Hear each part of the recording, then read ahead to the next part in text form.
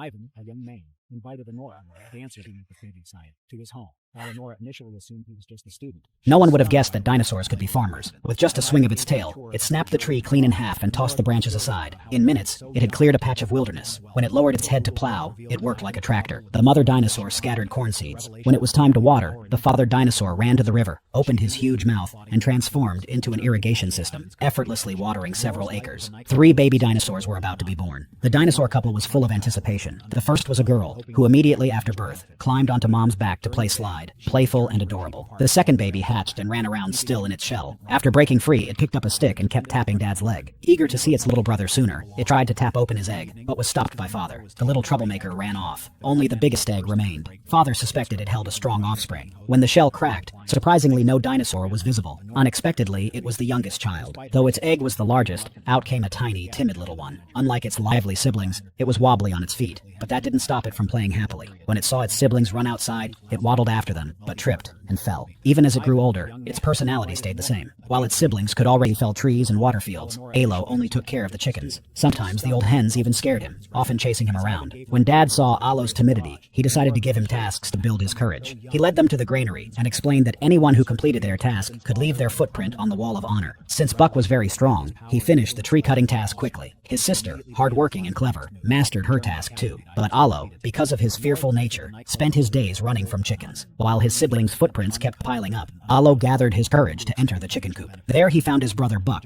lying injured on the ground. Supposedly attacked by chickens, he had passed out. While Alo stood there helpless, a chicken head approached, terrifying him to death. It turned out to be Buck's prank. The angry Alo tried to hit Buck, but was kicked away. Buck mocked him as a useless coward. The parents came over. Alo stubbornly insisted he wasn't a coward, but without achievements to show, his words felt hollow. To restore Alo's confidence, Dad gave him the task of guarding the granary. Wild animals had been stealing corn lately. If Alo could catch the animal, he could leave his footprint on the granary. For this footprint, Alo accepted the difficult challenge. He patrolled around the granary determinedly with a stick, waiting for the wild creature. Soon, the trap was triggered. The fearful Alo crawled closer and discovered a small wildling stealing corn. Alo raised his stick to strike, but the wildling was already exhausted from the trap. Kind-hearted Alo couldn't bring himself to hit it. He cut the ropes and let the wildling go. The wildling was surprised by the unexpected release. It sniffed the dinosaur's scent, as if wanting to remember its savior. Fortunately, Dad arrived just in time, and the frightened wildling ran away. Dad was angry that Alo had let the prey escape. To train his courage, he immediately decided to chase the wildling with Alo. Shortly after father and son entered the mountains, a sudden storm broke out. The river rose quickly. Alo collapsed from exhaustion. Dad felt guilty. He helped Alo up and wanted to turn back. But unexpectedly, the storm caused a flood. In that critical moment, Dad used all his strength to push Alo to higher ground. He couldn't escape himself and was instantly swept away by the raging waters. After Dad's death, Mom worked herself to exhaustion to support the family. Alo felt very guilty about his father's death and swore to do his best to care for the family. One day, while Alo was harvesting corn, he met the corn-stealing wildling again. He immediately thought of his father. If it weren't for the wildling,